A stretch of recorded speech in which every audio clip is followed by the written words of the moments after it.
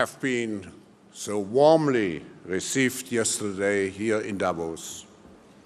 It is now my great pleasure to officially welcome the President of the United States, Donald J. Trump, to the closing session of the World Economic Forum's annual meeting 2018. Mr. President, you cannot imagine how much we are looking forward to your speech. Not just the 3,000 leaders assembled here in Davos, but also the millions joining us globally, thanks to the presence of key media from around the world. Mr. President, on behalf of the business leaders here in the room, let me particularly congratulate you for the historic tax reform package passed last month, greatly reducing the tax burden of US companies, fostering job creation, as well as stimulating economic growth in the United States, but also providing a tremendous boost to the global economy. Davos is the place where leaders of states and industry come and work together in the pursuit of global peace and prosperity. We live in an interdependent world where decisions made by one nation, particularly by the United States, impact all other countries. I believe that today we need to strike the right balance between the necessary rebuilding of national social contracts and at the same time strengthening our multilateral system to address critical issues such as trade, investment, terrorism, and migration, to name just a few. Mr. President, the role of the United States and your personal leadership is absolutely essential. For this reason, your message here has tremendous relevance. Of course, I'm aware that your strong leadership is open to misconceptions and biased interpretations. Therefore, it is so essential for us in the room to listen directly to you. This forum, as it has done for nearly 5 decades, should create a base for dialogue and global cooperation where, and I quote you, Mr. President, strong sovereign nations with different values, different cultures, and different dreams do not just coexist, but work side by side on the basis of mutual respect. Ladies and gentlemen, please welcome the 45th President of the United States, Donald J. Trump, to the stage.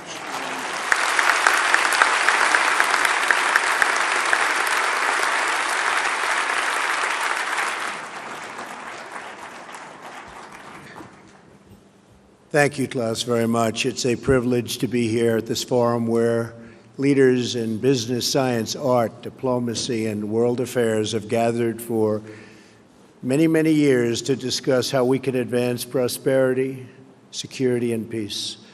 I'm here today to represent the interests of the American people and to affirm America's friendship and partnership in building a better world.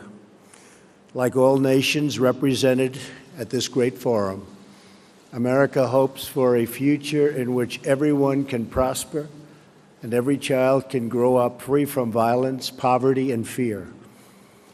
Over the past year, we have made extraordinary strides in the U.S. We're lifting up forgotten communities, creating exciting new opportunities, and helping every American find their path to the American dream, the dream of a great job, a safe home, and a better life for their children. After years of stagnation, the United States is once again experiencing strong economic growth. The stock market is smashing one record after another and has added more than $7 trillion in new wealth since my election. Consumer confidence, business confidence, and manufacturing confidence are the highest they have been in many decades. Since my election, we've created 2.4 million jobs, and that number is going up very, very substantially. Small business optimism is at an all-time high. New unemployment claims are near the lowest we've seen in almost half a century.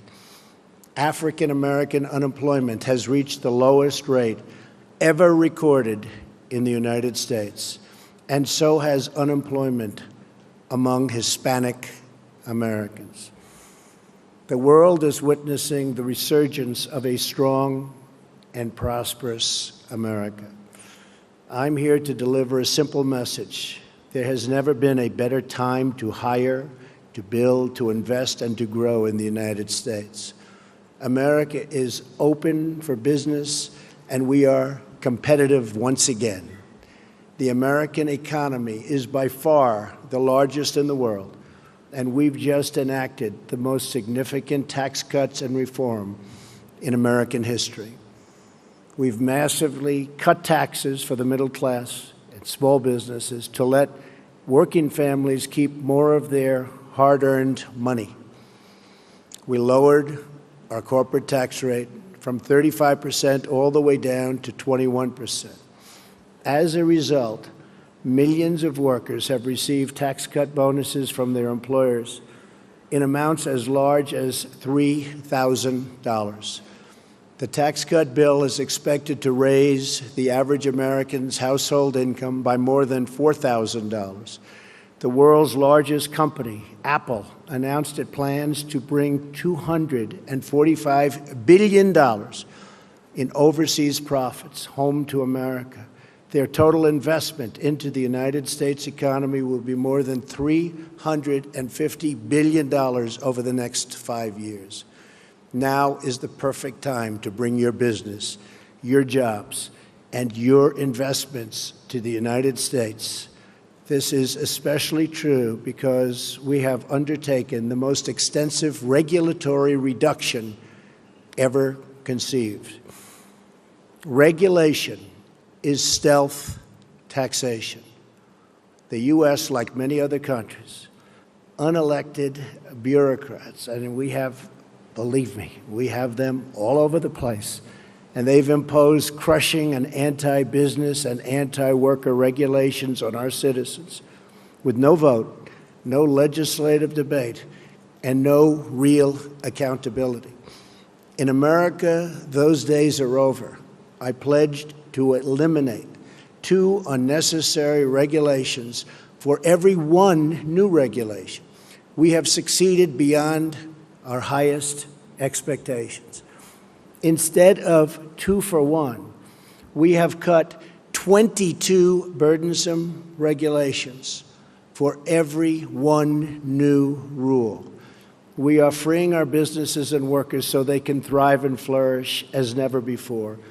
We are creating an environment that attracts capital, invites investment, and rewards production. America is the place to do business. So come to America, where you can innovate, create, and build. I believe in America. As President of the United States, I will always put America first, just like the leaders of other countries should put their country first also.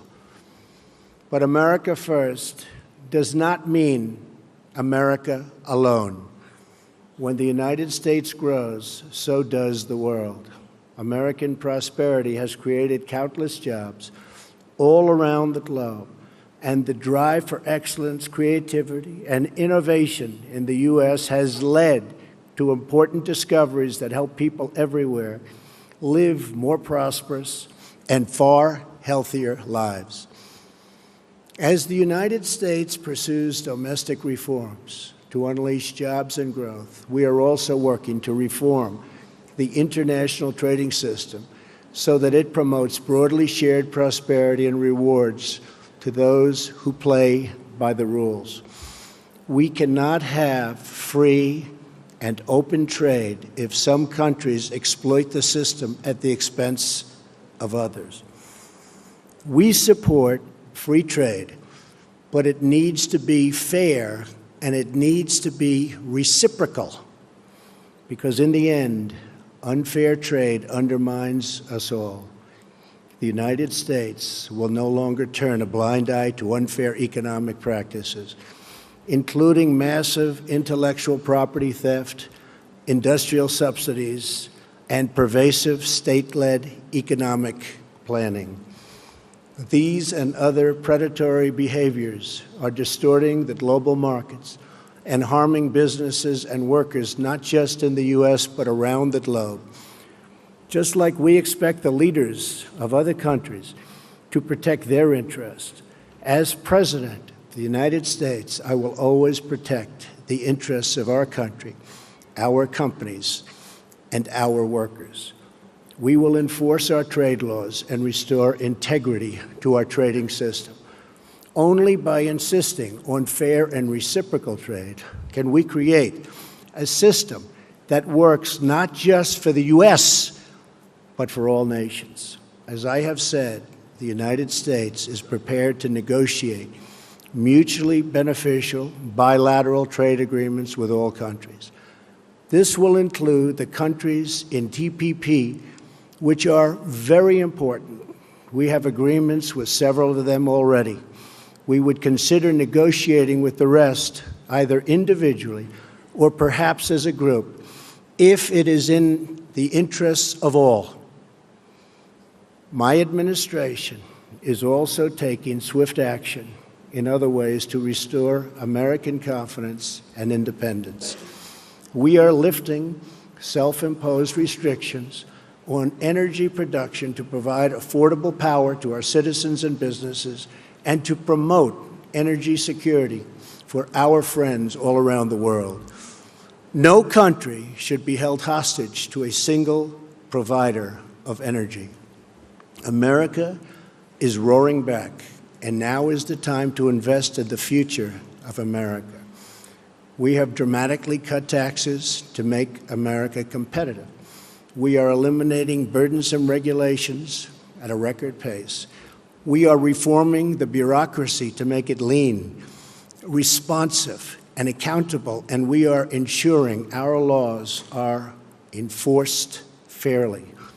We have the best colleges and universities in the world, and we have the best workers in the world. Energy is abundant and affordable. There has never been a better time to do business in America. We are also making historic investments in the American military because we cannot have prosperity without security. To make the world safer from rogue regimes, terrorism, and revisionist powers, we are asking our friends and allies to invest in their own defenses and to meet their financial obligations. Our common security requires everyone to contribute their fair share. My administration is proud to have led historic efforts at the United Nations Security Council and all around the world to unite all civilized nations in our campaign of maximum pressure to denuke the Korean Peninsula. We continue to call on partners to confront Iran's support for terrorists and block Iran's path to a nuclear weapon. We're also working with allies and partners to destroy jihadist terrorist organizations such as ISIS, and very successfully so. The United States is leading a very broad coalition to deny terrorists control of their territory and populations, to cut off their funding, and to discredit their wicked ideology. I am pleased to report that the coalition to defeat ISIS has retaken almost 100% of the territory once held by these killers in Iraq and Syria. There is still more fighting and work to be done and to consolidate our gains. We are committed to ensuring that Afghanistan never again becomes a safe haven for terrorists who want to commit mass murder to our civilian populations. I want to thank those nations represented here today that have joined in these crucial efforts. You are not just securing your own citizens, but saving lives and restoring hope for millions and millions of people. When it comes to terrorism, we will do whatever is necessary to protect our nation. We will defend our citizens and our borders. We are also securing our immigration system as a matter of both national and economic security. America is a cutting-edge economy, but our immigration system is stuck in the past. We must replace our current system of extended family chain migration with a merit-based system of admissions that selects new arrivals based on their ability to contribute to our economy, to support themselves financially, and to strengthen our country. In rebuilding America, we are also fully committed to developing our workforce. We are lifting people from dependence to independence because we know the single best anti-poverty program is a very simple and very beautiful paycheck. To be successful, it is not enough to invest in our economy. We must invest in our people. When people are forgotten, the world becomes fractured. Only by hearing and responding to the voices of the forgotten can we create a bright future that is truly shared by all. The nation's greatness is more than the sum of its production. A nation's greatness is the sum of its citizens, the values, pride, love, devotion, and character of the people who call that nation home. From my first international G7 summit to the G20, to the UN General Assembly, to APEC, to the World Trade Organization, and today at the World Economic Forum, my administration has not only been present, but has driven our message that we are all stronger when free, sovereign nations cooperate toward shared goals, and they cooperate toward shared dreams. Represented in this room are some of the remarkable citizens from all over the world. You are national leaders, business titans, industry giants, and many of the brightest minds in many fields. Each of you has the power to change hearts, transform lives, and shape your country's destinies. With this power comes an obligation, however, a duty of loyalty to the people, workers, and customers who have made you who you are. So together, let us resolve to use our power, our resources, and our voices, not just for ourselves, but for our people, to lift their burdens, to raise their hopes, and to empower their dreams, to protect their families, their communities, their histories, and their futures. That's what we're doing in America, and the results are totally unmistakable. It's why new businesses and investment are flooding in. It's why our unemployment rate is the lowest it's been in so many decades. It's why America's future has never been brighter. Today, I am inviting all of you to become part of this incredible future we are building together. Thank you to our hosts. Thank you to the leaders and innovators in the audience. But most importantly, thank you to all of the hardworking men and women who do their duty each and every day, making this a better world for everyone. Together, let us send our love and our gratitude to make them, because they really make our countries run. They make our countries great. Thank you, and God bless you all. Thank you very much.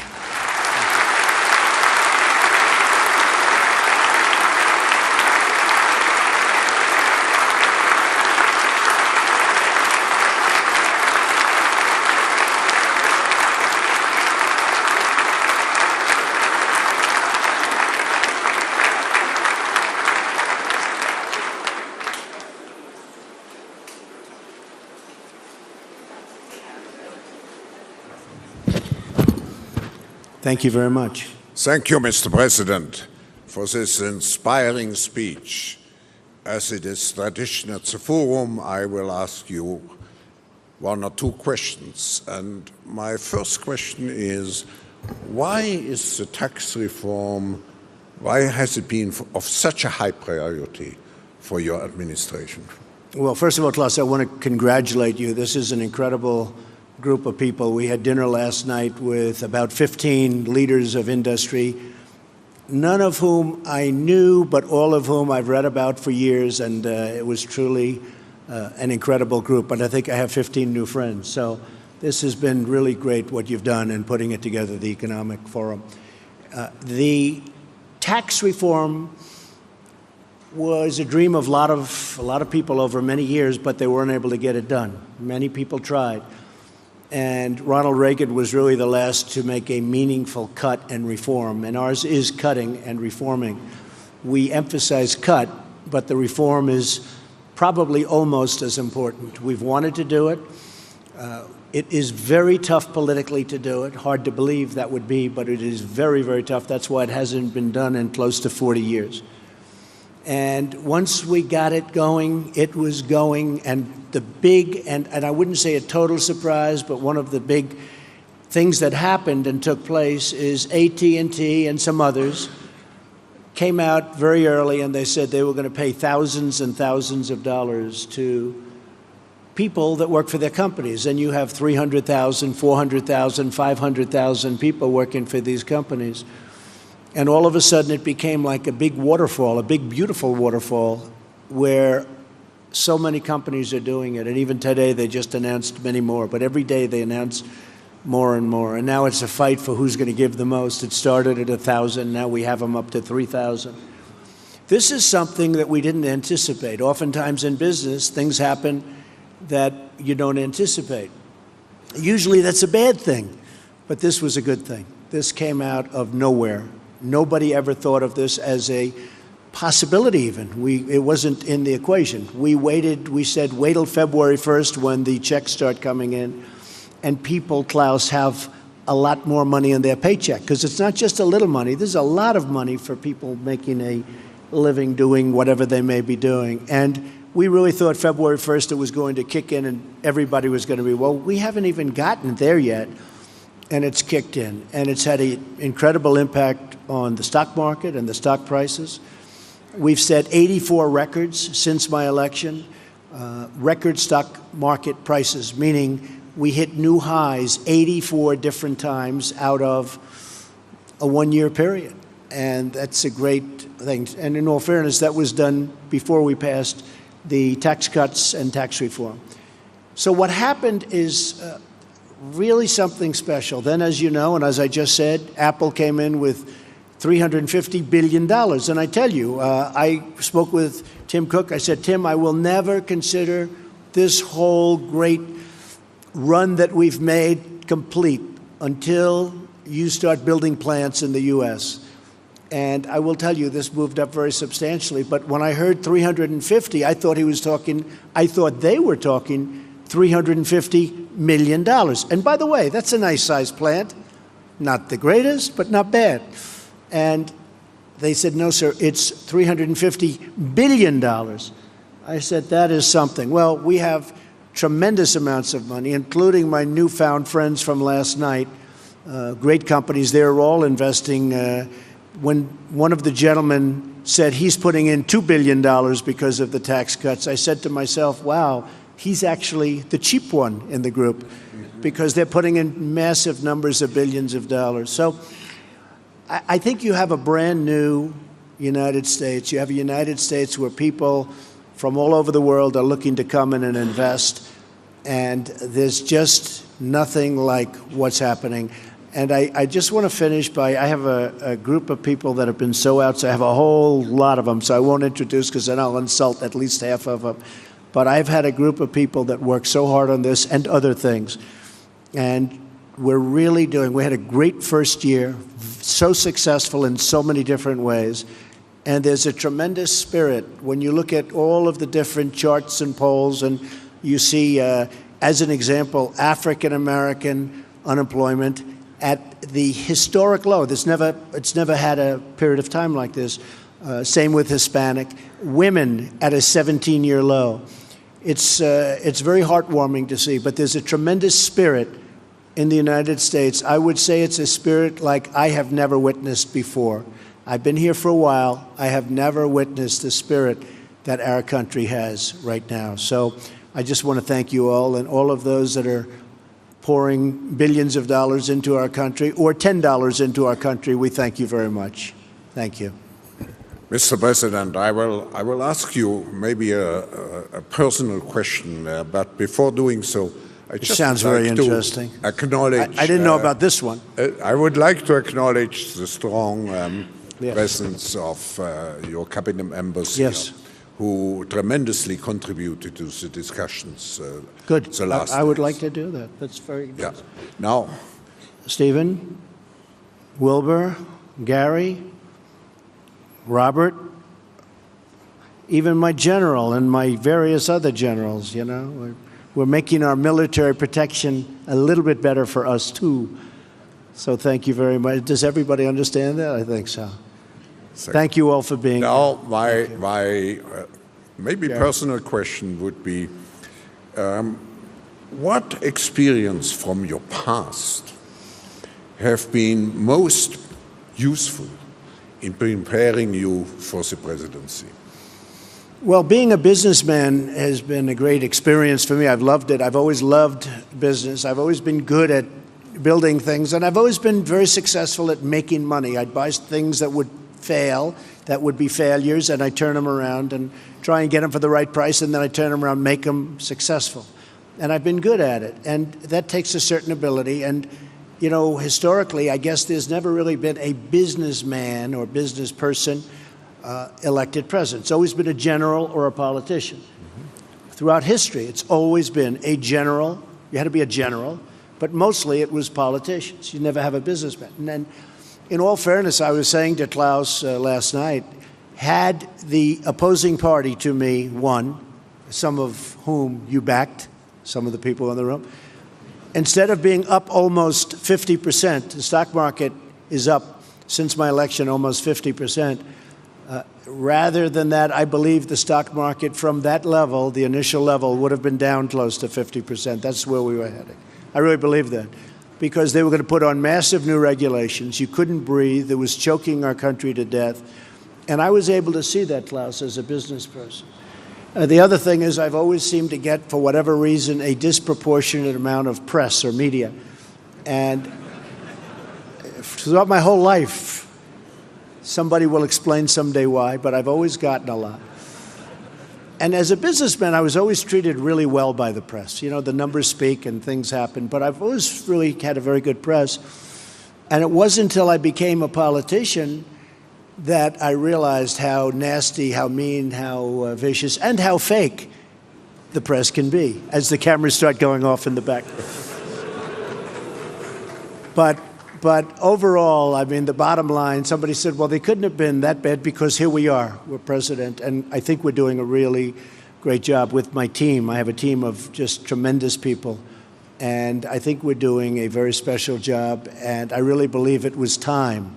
And it was time to do that job. Because I don't think the United States would have done very well if it went through 4 or 8 more years of regulation and really a very anti-business group of people. We have a very pro-business group. We have regulations cut to a level. In the history of our country, Klaus, this was reported recently, in 1 year, we've cut more regulations in my administration than any other administration in 4, 8, or 16 years in the one case. We've cut more regulations in 1 year, and we have a ways to go. I mean, we're probably 50% done, and we're going to have regulation. There's nothing wrong with rules and regulations. You need them.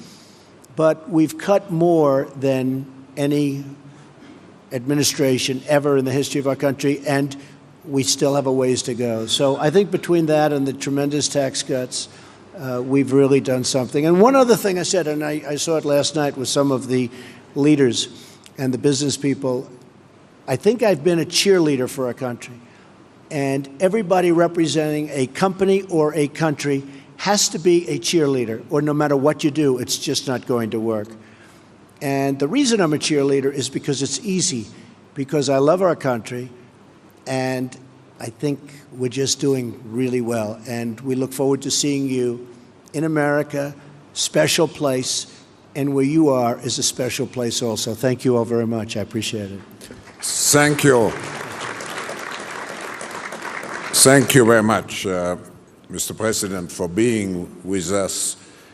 The World Economic Forum community who is assembled here will be certainly, and I quote you from the last piece of your remarks, will be certainly be among the hard-working men and women who do their duty each and every day, making this world a better place for everyone.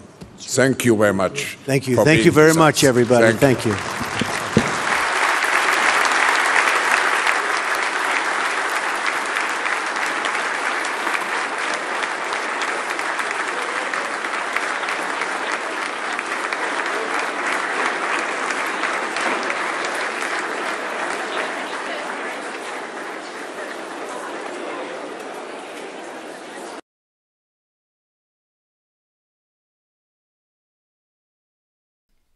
All right, folks, thank you very much for joining us and choosing us as your stream of choice. Thank you so much to everyone that shared the stream on social media.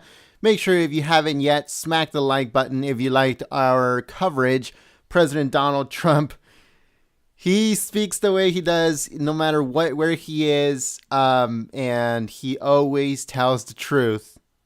Raw, uncut, he just goes for it and he just tells it like it is, and that's why we love him here in the United States. He goes out there, like he said, he's the cheerleader of the United States, and you have to be. Why? Because we want to make America the best it can ever be, and that's the way it is. So I think it was a very good speech by the president. The 2-3 questions that he had were very well, and he basically answered them the way that he was going to answer them, because he only had one thing on his mind going to Davos, which is make sure that to let these globalists know that America is back and that it cannot be bought and it's not for sale. And the president is there to make it bigger, better, greater than ever before. So thank you very much for joining us for that speech. If you guys missed it, it'll be uploading in just a few minutes. Also, thank you so much to the moderators for coming out, keeping the chat clean and enjoyable for everyone. You guys did an amazing job, and I thank you so much for all your hard work. Again, thank you so much to everyone that shared the live stream on social media.